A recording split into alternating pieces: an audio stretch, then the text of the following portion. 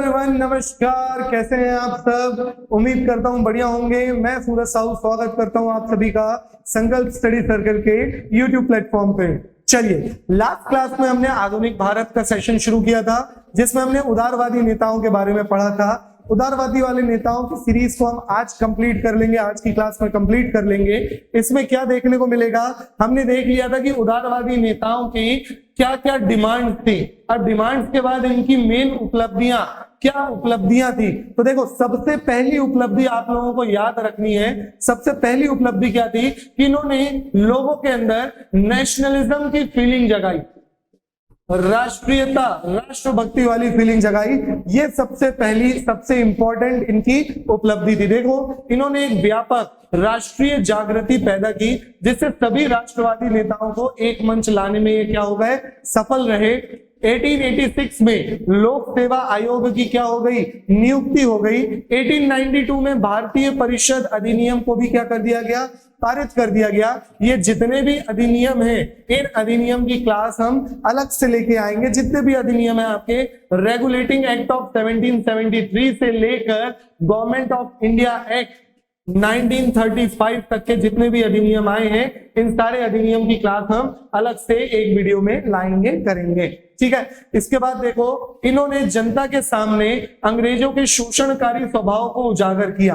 हालांकि ये जानते थे और ऐसा मानते थे कि ब्रिटिशर्स की नीति अच्छी है, ब्रिटिशर्स हमारे लिए कुछ ना कुछ अच्छा कार्य करेंगे, लेकिन फिर भी कहीं ना कहीं इनको पता था कि ब्रिटिशर्स हमारा क्या कर रहे हैं, शोषण भी कर रहे हैं। और इस बात की पुष्टि हो चुकी थी 1905 के बंगाल विभाजन से। इसीलिए ये शुरुआत में ही क्या करने की कोशिश करना शुरू कर दिए, लोगों के सामने ब्रिटिशर्स की जो छलकारी नीतियां हुआ करती थी, शोषण वाली नीतियां हुआ करती थी, उसको उजागर करने में इन लोग क्या हुए, सफल हुए।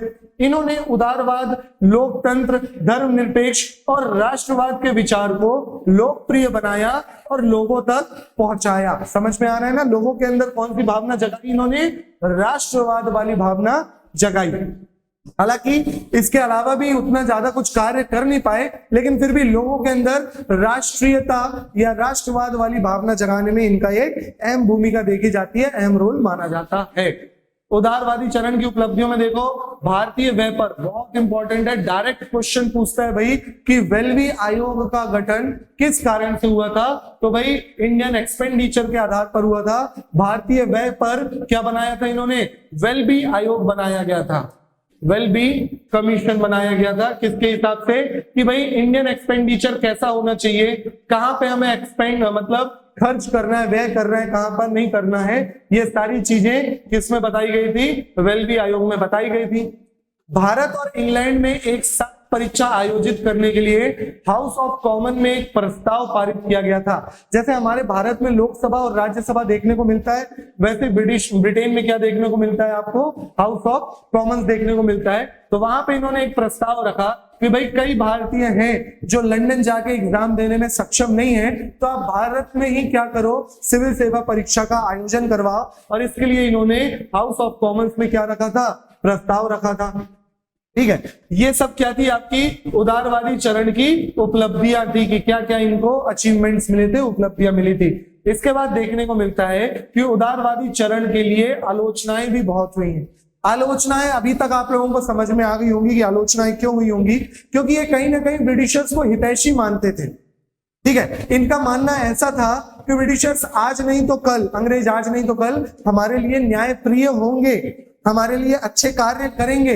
इनका मानना था कि अच्छे दिन आएंगे, आज नहीं तो कल। लेकिन वही चीज देखने को मिली, अच्छे दिन आए नहीं, लोगों के द्वारा इनकी बहुत क्या की गई, निंदा की गई। ठीक है, प्रार्थना और याचिका पद्धति, पहली तो चीज इन लोग प्रेयर किया करते थे कि सर प्लीज हमारी ये याचिका है, ये एप्लीकेशन लो, हमारी इस एप्लीकेशन को प्लीज देखो, है ना, एग्जाम भारत में भी करवा दो, हमारी याचिका है प्लीज करवा दो। ठीक है, तो इस सारी चीज में वो पीपीपी मॉडल लास्ट क्लास में हमने डिस्कस किया था, याद होगा आप लोगों को, पीपीपी मॉडल। पहले पी से क्या आता था बच्चों, प्रेयर, मतलब प्रार्थना किया करते थे। दूसरे पी से पेटिशन, पेटिशन मतलब एप्लीकेशन, याचिका, सर हमारी एप्लीकेशन है प्लीज थोड़ा सा कर दो, है ना, मतलब याचिका दर्ज करवाते थे। और लास्ट पी से प्रोटेस्ट, प्रोटेस्ट मतलब विरोध, विरोध कैसा? शांतिपूर्ण विरोध, है ना। एक जगह बैठे हैं, सर हम लोग तो विरोध में बैठे हैं, प्लीज हमारी ये याचिका है इसको क्या कर दो, पूरी कर दो। इस तरीके से पीपीपी मॉडल पे बिलीव किया करते थे। तो प्रार्थना और याचिका पद्धति का उपयोग करने के लिए उनकी क्या की गई है? आलोचना की गई है ना। क्योंकि लोग बोलते थे भैया सीधी उंगली से घी नहीं निकलेगा, ठीक है। ये द्वापर युग के बाद आने वाला कलयुग है, और द्वापर युग के बाद ही कलयुग क्यों आया है ना। क्योंकि एक समय था जब सतयुग चला करता था, जब सारी चीजें सच्चाई बोली जाती थी। राजा हरिश्चंद्र, सती अनसुईया जैसे लोग इस जन्म में पैदा हुए थे। उसके बाद आया आपका त्रेता युग, जब राम जी थे। राम जी ने कहीं पे भी शक्ति का प्रदर्शन नहीं किया, बल का प्रदर्शन नहीं किया, छल का प्रदर्शन नहीं किया, ठीक है। सीधी उंगली से घी निकालने वाले थे। उसके बाद आए कृष्ण जी। कृष्ण जी मतलब द्वापर युग। द्वापर युग में कृष्ण जी को क्यों लाया गया? क्योंकि उन्होंने ही सिखाया कि सीधी उंगली से घी नहीं निकलता है, तो उंगली को क्या करना पड़ता है? टेढ़ा करना पड़ता है। द्वापर युग के बाद ही आया कलयुग, ये बताने के लिए कि भैया सतयुग और त्रेता युग वाला जमाना नहीं है। यहाँ पे हमें प्रेयर पिटीशन से काम नहीं होगा। आप प्रेयर पिटीशन करते ही इतना समय निकाल दिए, ठीक है। इसलिए इनकी बहुत ज्यादा क्या हुई? निंदा हुई।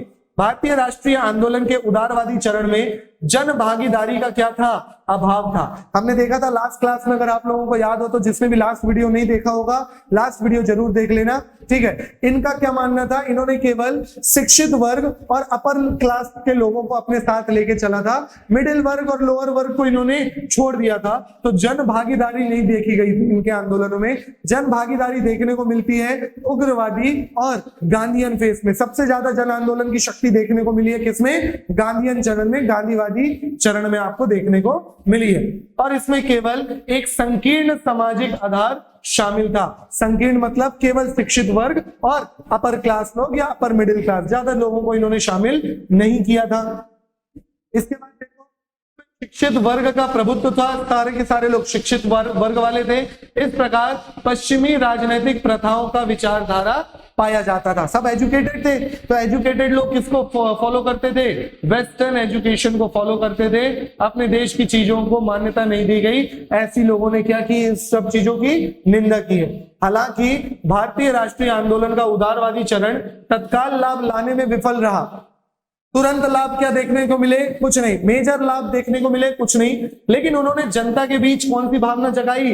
राष्ट्रवाद। जनता के बीच इन्होंने राष्ट्रवाद की भावना जगाई, जो कि इनका सबसे इंपॉर्टेंट कार्य माना जाता है। इन्होंने जनता के बीच राष्ट्रवाद, एकता वाली भावना तो जगा दी, कम से कम की भावना पैदा की और राष्ट्रीय आंदोलन को आगे बढ़ने की नींव रखी। इन्हीं के बाद तो एक्सट्रीमिस्ट आते हैं, नींव रखी गई।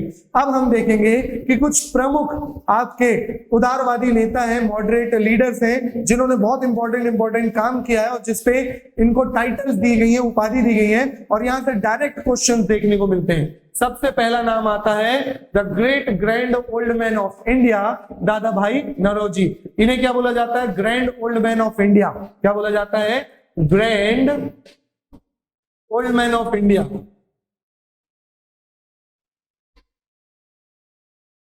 किसको बोला जाता है?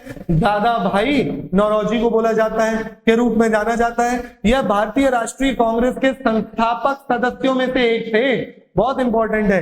भारतीय राष्ट्रीय कांग्रेस जब बनी थी, संस्थापक सदस्यों में से एक थे। इन्होंने कांग्रेस के 3 सत्रों की अध्यक्षता की थी, मतलब 3 सत्र में क्या बने थे? अध्यक्ष बने थे। इन्होंने ब्रेन ड्रेन थ्योरी दिया था। अब थोड़ा सा बताऊंगा कि यहाँ पे ब्रेन ड्रेन थ्योरी या सेफ्टी वॉल्व थ्योरी क्या होती है। इन्होंने बताया कि ये ब्रिटिशर्स क्या कर रहे हैं, थोड़ी बहुत एजुकेशन, ये जो शिक्षित वर्ग है यहाँ भारत के लोग, इनको कहाँ ले जा रहे हैं? ब्रिटेन में ले जा रहे हैं, ब्रिटेन में ही काम करवा रहे हैं उनसे। इसी को बोला गया था क्या? ब्रेन ड्रेन थ्योरी, है ना, का तथ्य प्रस्तुत किया और अपनी पुस्तक poverty and un British rule in India, one of the most important concept, ठीक है। इन्होंने सबसे पहले राष्ट्रीय आय की बात कर दी अपनी इसी किताब में, ठीक है। राष्ट्रीय आय की जनगणना कर दी इन्होंने और बताया था महज 60 रुपए पर ईयर यहाँ की एवरेज इनकम है। भारतीयों की एवरेज इनकम कितनी है? 60 रुपए। महज कितने? 60 रुपए सालाना कमा रहे हैं। इतनी हालत खराब है देश की, ठीक है ना। Poverty and un British rule in India किताब किसने लिखी है? दादा भाई नौरोजी। में भारत के ब्रिटिश शोषण की व्याख्या की। इतना शोषण किया कि भारतीयों की सैलरी कितनी रह गई है? 60 रुपए सालाना एवरेज इनकम। सोचो क्या ही होता है 60 रुपए सालाना, और ये तो एवरेज इनकम है। समझ में आ रहा है ना, औसत आय की बात कर रहे हैं यहाँ पे। 1892 में हाउस ऑफ कॉमन्स में के लिए चुने जाने पर वे ब्रिटिश संसद सदस्य बनने वाले पहले एशियाई व्यक्ति थे।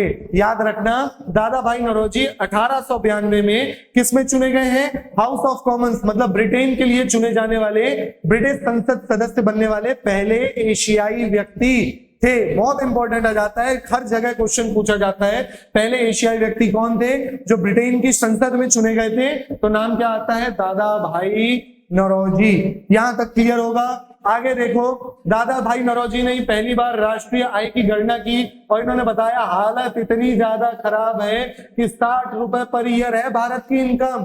ठीक है, इन्होंने वर्ष 1867-68 में राष्ट्रीय आय 340 करोड़ रुपए और प्रति व्यक्ति आय 20 रुपए होने का अनुमान लगाया था। ठीक है, इन्होंने बताया कि भाई प्रति व्यक्ति आय पर राष्ट्र की इनकम 60 रुपए है पर ईयर, और अगर प्रति व्यक्ति आय की बात करें तो 20 रुपए प्रति व्यक्ति आय की बात इन्होंने कही थी। ठीक है ना, कि भाई इतनी ज्यादा हालत खराब है देश की, देख लो क्या हो रहा है देश में। ठीक है, चलो इसके बाद एक व्यक्ति आते हैं फिरोज शाह मेहता, जिसे बंबई का शेर कहा जाता था। क्या कहा जाता था? Lion of Bombay.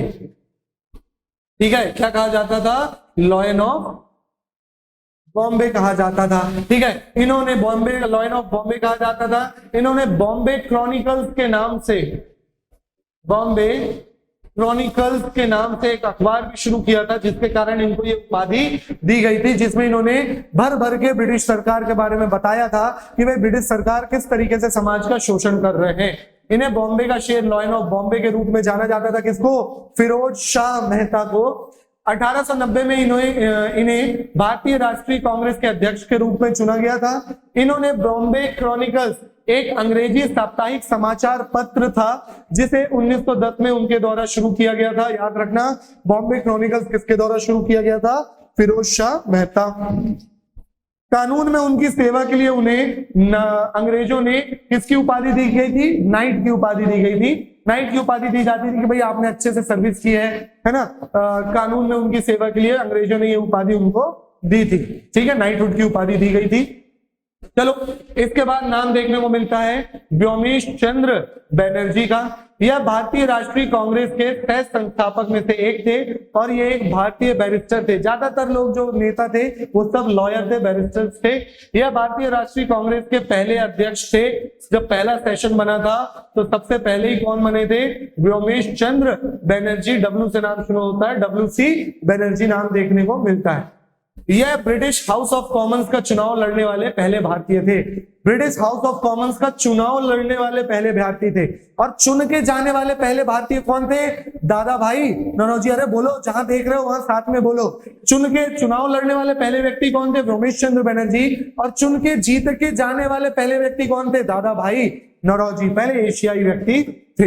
अब हम देखेंगे किसके बारे में? सुरेंद्रनाथ बनर्जी के बारे में। किसके बारे में देखेंगे? थोड़ा सा सुरेंद्रनाथ बनर्जी के बारे में देखेंगे। देखो, इन्हें किसके नाम से जाना जाता था? इन्हें राष्ट्रगुरु के नाम से जाना जाता था। ये क्या कहलाते थे? राष्ट्रगुरु कहलाते थे ये। ठीक है, 1876 में सबसे इंपॉर्टेंट चीज हुई है, इन्होंने इंडियन नेशनल एसोसिएशन की स्थापना की है। किसकी स्थापना की है? Indian national association.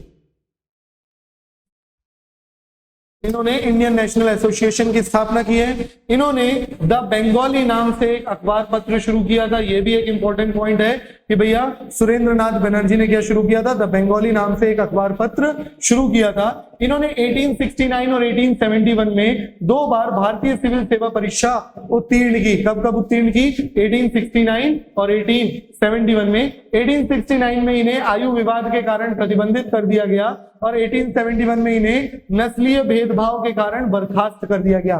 देखो, ये तो हालत थी भारत की। ठीक है ना। 1869 में जब एग्जाम निकाले तो एज रिलैक्सेशन या एज के किसी कंट्रोवर्सी के कारण इन्हें कैंसिल कर दिया गया और 1871 में क्या बोल दिया गया? नस्लीय काले गोरे के भेद के कारण इन्हें क्या कर दिया गया? बर्खास्त कर दिया गया, निलंबित कर दिया गया। ठीक है, इन्होंने सविनय अवज्ञा आंदोलन का प्रस्ताव रखा था। देखो, है ना, इन्होंने कौन सा प्रस्ताव रखा था? सविनय अवज्ञा आंदोलन, सिविल डिसोबीडियंस मूवमेंट। सविनय अवज्ञा आंदोलन का, सिविल डिसोबीडियंस मूवमेंट का प्रस्ताव इन्होंने रखा था। क्या यहां तक क्लियर हो गया?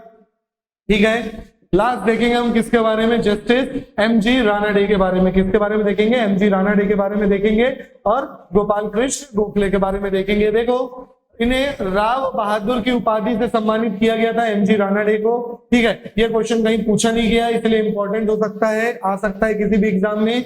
यह भारतीय राष्ट्रीय कांग्रेस के संस्थापक सदस्यों में से एक थे। इन्होंने, एमजी रानाडे ने क्या, पूना सार्वजनिक सभा, प्रार्थना समाज और अहमदनगर एजुकेशन सोसाइटी की स्थापना में अपना अहम योगदान दिया था। तो याद रखना, पूना सार्वजनिक सभा के तो संस्थापक सदस्यों में से एक थे ये एमजी रानाडे। ठीक है, और प्रार्थना सभा, अहमदनगर एजुकेशन सोसाइटी की स्थापना में इन्होंने अहम योगदान निभाई थी। ठीक है, तो याद रखना है भाई, एमजी रानाडे को किस नाम से जाना जाता था, राव बहादुर। राव बहादुर के नाम से किसे जाना जाता था, एमजी रानाडे। इन्होंने पूना सार्वजनिक सभा की स्थापना की थी, प्रार्थना समाज, अहमदनगर एजुकेशन सोसाइटी वगैरह में महत्वपूर्ण भूमिका निभाई और बाद में आगे कांग्रेस में ही जुड़ गए थे।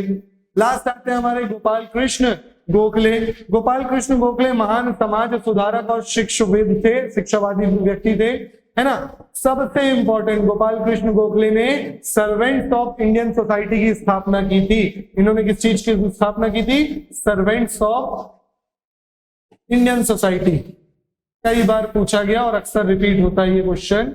इन्होंने सर्वेंट्स ऑफ इंडियन सोसाइटी की स्थापना की थी। गोपाल कृष्ण गोखले को महात्मा गांधी का राजनीतिक गुरु माना जाता है। महात्मा गांधी ने गोपाल कृष्ण गोखले को क्या माना था, अपना राजनीतिक गुरु। ये दोनों पॉइंट कई बार पूछे गए और अक्सर एग्जाम में रिपीट होते हैं। ठीक है, तो ये हो गया हमारा उदारवादी चरण कंप्लीट। अब हम देखेंगे इनसे जुड़े हुए कुछ क्वेश्चन। इनके आंसर्स आप लोग कमेंट सेक्शन में फटाफट बताते हुए चलना साथ में। सबसे पहला क्वेश्चन है, भारतीय राष्ट्रीय आंदोलन के 1885 से 1905 की अवधि को कहा जाता है। आप लोगों को बता दूं ये सारे के सारे प्रीवियस ईयर क्वेश्चंस हैं, वेरियस एग्जाम्स में पूछे गए। ठीक है, चलो 1885 से 1905 के चरण को क्या बोला जाता है, फटाफट कमेंट सेक्शन में करके बता दो, कमेंट करके, इतना टाइम नहीं लगना चाहिए। इस चरण को बोला जाता है उदारवादी चरण। 1885 से 1905, 1905 से 1919 वाले चरण को क्या बोला जाता है, उग्रवादी चरण। और 1919 से 1947 वाले चरण को क्या बोला जाता है, हमारा गांधीवादी चरण या गांधीयन एरा, गांधीयन फेज बोला जाता है। नेक्स्ट क्वेश्चन देखो, निम्नलिखित कांग्रेसी नेताओं में से किसको भारत का महान वृद्ध व्यक्ति मतलब grand old man of India कहा जाता है, फटाफट बता दो कमेंट करके। आंसर अभी तक आ जाना चाहिए। आंसर क्या है, दादा भाई नौरोजी को क्या बोला जाता है, grand old man of India.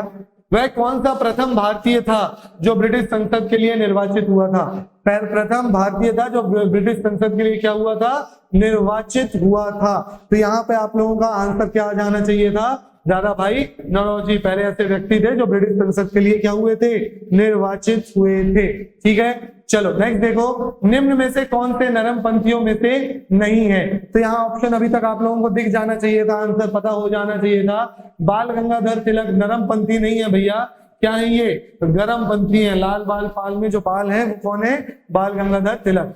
Servants of Indian society की स्थापना किसने की, सर्वेंट्स ऑफ इंडियन सोसाइटी अभी अभी जस्ट हमने पढ़े, गांधी जी के राजनीतिक गुरु नाम क्या है, गोपाल कृष्ण गोखले, जी के गोखले। ठीक है, बॉम्बे क्रॉनिकल्स अंग्रेजी न्यूज़पेपर, अंग्रेजी भाषा का साप्ताहिक समाचार पत्र से जुड़े कांग्रेस के निम्न में से कौन से उदारवादी नेता देखे जाते हैं, फटाफट बताओ। बॉम्बे क्रॉनिकल्स, आंसर आ जाना चाहिए था फिरोज शाह मेहता। इन्हें किस नाम से जाना जाता था, the lion of Bombay, Bombay के शेर के नाम से इन्हें जाना जाता था। गांधी जी के, महात्मा गांधी के राजनैतिक गुरु कौन थे, फटाफट बताओ भाई, गांधी जी के राजनैतिक गुरु कौन थे, तो आंसर आ जाना चाहिए था गोपाल कृष्ण गोखले। ठीक है, कांग्रेस के किस उदारवादी नेता को बॉम्बे का शेर कहा जाता था, अभी अभी हमने देखा किस उदारवादी नेता को बॉम्बे का शेर कहा जाता था, फटाफट बता दो कमेंट सेक्शन में। तो भैया बोला जाता था किसको, बॉम्बे का शेर, फिरोज शाह मेहता। किसे बोला जाता था, फिरोज शाह मेहता। भारत में राष्ट्रीय आय की गणना करने का पहला प्रयास किसके द्वारा किया गया था, फटाफट बताओ। देखो अगर याद नहीं आ रहा है तो आप लोग ऑप्शन एलिमिनेशन भी खेल सकते हो, है ना। VK राव पढ़े नहीं है हमने, SD तेंदुलकर के बारे में नहीं पढ़े, PC मेहलनोबिस आजादी के बाद नाम देखने को मिलेगा, तो लीडर बच गए कौन, दादा भाई नौरोजी। आप लोग के लिए क्वेश्चन है, फटाफट कमेंट सेक्शन में बताओ इनकी बुक कौन सी थी, कौन सी बुक इन्होंने लिखे थे? ठीक है, फटाफट आप लोगों को बताना है कि दादा भाई नौरोजी ने कौन सी बुक लिखे थे। ठीक है, ये बताओ कमेंट सेक्शन में। चलो, लास्ट 1876 में इंडियन एसोसिएशन की स्थापना किसने की? फटाफट बताओ भाई, इंडियन एसोसिएशन की स्थापना किसने की थी? चलो ठीक है, अरविंदो घोष हमने नहीं पढ़ा, चितरंजन दास हमने नहीं पढ़ा। अगर यहाँ पे कंफ्यूज भी हो रहा है तो आंसर क्या आ जाएगा आपका? Surendranath Banerjee. Poverty and un British rule in India नामक पुस्तक किसने लिखी है? इसी क्वेश्चन के बारे में हम बात कर रहे थे। तो ये किताब किसने लिखी है भाई? दादा भाई नौरोजी ने लिखी है।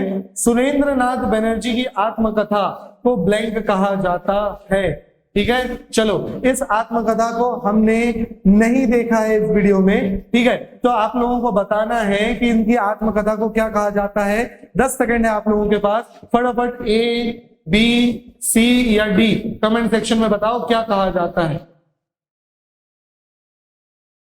सुरेंद्रनाथ बनर्जी की आत्मकथा को क्या कहा जाता है? चलो, इतनी देर में आंसर आ जाना चाहिए। इन राइट आंसर है B, a nation in the making. सही आंसर क्या है? A nation in the making. बहुत ही जल्द हम एक वीडियो ऐसा लाने वाले हैं जिसमें सारी किताबें भारतीय इतिहास की, प्राचीन भारत से लेके मध्यकालीन भारत और आधुनिक भारत, सारी किताबें एक ही वीडियो में लाएंगे। पार्ट 1 पार्ट 2 करके वो वीडियो लाएंगे। बहुत ही जल्द वो वीडियो देखने वाला है, क्योंकि हर एग्जाम में 1 से 2 क्वेश्चन आपका बुक से पूछता है, जिनमें से एक बुक आपकी कभी करंट से रिलेटेड पूछ ली जाती है, जैसे मैन बुकर प्राइज किसको मिला या कुछ, और एक बुक पूछ ली जाती है इस तरीके की इतिहास से जुड़ी हुई। ठीक है, चलिए, तो मुझे लगता है आप लोगों का उदारवादी चरण वाला चीजें पूरी तरीके से कंप्लीट होगी। इससे बाहर कोई क्वेश्चन नहीं आएगा। नेक्स्ट वीडियो में हम क्या कवर करेंगे? नेक्स्ट वीडियो में हम गर्मपंथी या उग्रवादी नेताओं के बारे में पढ़ेंगे। मिलते हैं आप सभी से नेक्स्ट वीडियो में, तब तक के लिए कीप लर्निंग।